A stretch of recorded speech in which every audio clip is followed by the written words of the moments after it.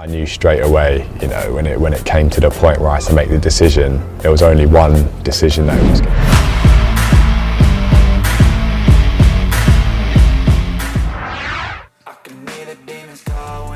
Terjawab sudah teka-teki Sintayong, timnas Indonesia ditantang klub Norwegia.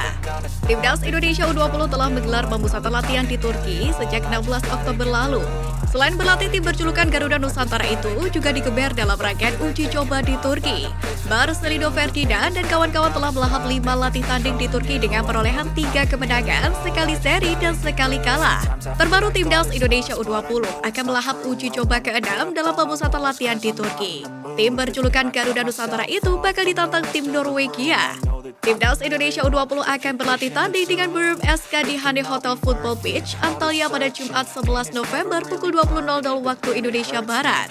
Hal ini sekaligus menjawab siapa calon lawan timnas U20 Indonesia di laga uji coba ke-6 selama melaksanakan pemusatan latihan atau training camp di Turki. Sebelumnya, para penggemar sepak bola Indonesia dibuat bertanya-tanya tentang calon lawan skuad Garuda Nusantara yang terbaru. Pertanyaan tersebut muncul setelah Sintayong meminta anak asuhnya untuk memikirkan hasil saat akan beruji coba tanding melawan Antalya Sport pada Selasa kemarin. Pelatih asal Korea Selatan tersebut meminta anak asuhnya untuk fokus pada pertandingan di tanggal 13 November saja. Akan tetapi, Sintayong tak menjelaskan tim mana yang akan dilawan oleh para anak asuhnya itu. Namun saat ini, para penggemar timnas Indonesia U20 sudah mengetahui siapa lawan dari Marcelino Ferdinand dan kawan-kawan selanjutnya. Akan tetapi, laga uji coba ini mengalami percepatan jadwal dari yang seharusnya. Melansir dari laman resmi PSSI, timnas Indonesia U20 Indonesia akan melakoni laga uji coba ke-6 melawan Børum SK. Jelang laga melawan Børum SK, salah satu pemain timnas Indonesia U20 mengungkapkan kondisi terkini skuad Garuda Nusantara. Muhammad Zaki menjelaskan bahwa ia dan rekan-rekannya sudah siap untuk bertanding melawan tim asal Norwegia itu. Zaki juga mengaku bahwa mereka juga sudah dibekali beberapa taktik oleh Sintayong jelang laga melawan Børum SK.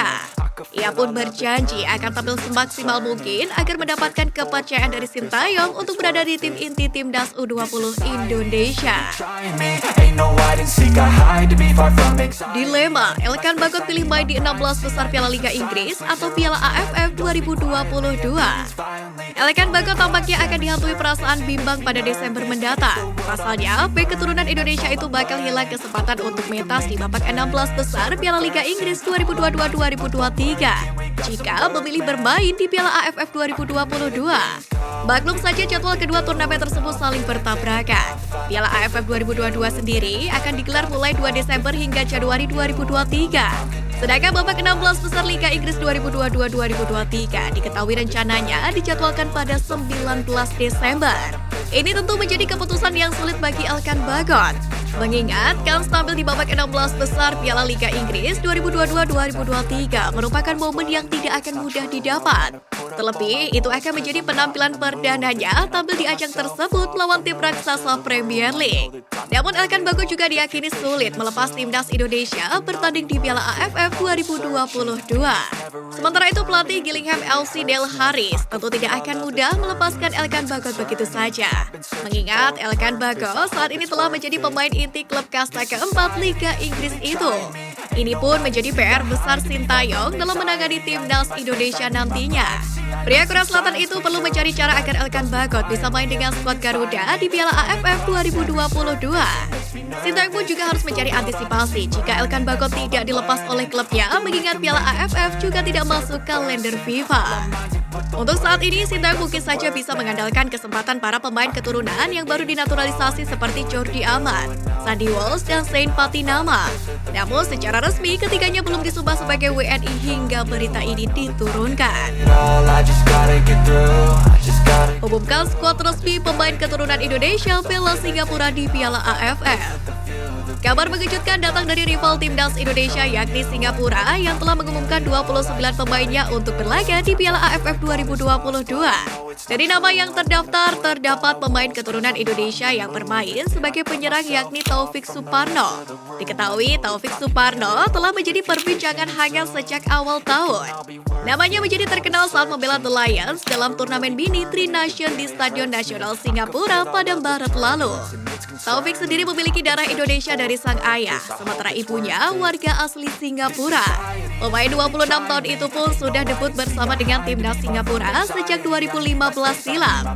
Sebagai informasi, Taufik bukan satu-satunya pemain keturunan Indonesia yang masuk skuad Singapura. Ada juga 3 pemain dari Fandi bersaudara, yakni Irfan Fandi posisi bek, Iksan Fandi posisi penyerang, dan Ilhan Fandi posisi penyerang. Ketiga pemain ini merupakan anak dari pesepak bola legendaris Singapura, Fandi Ahmad yang memiliki darah Indonesia. Ketiga pemain ini pun sudah membela The Lions saat Piala AFF 2020 lalu. Tidak hanya keempat pemain itu, ada juga nama Faris Ramli di posisi penyerang. Seperti yang diketahui, Faris Ramli merupakan pemain yang diejek Asnawi Mangkualam saat gagal mengeksekusi penalti di laga melawan Indonesia pada Piala AFF 2020 lalu. Ada juga kiper yang sempat menyulitkan Indonesia pada Piala AFF 2020 lalu, Hasan Sani.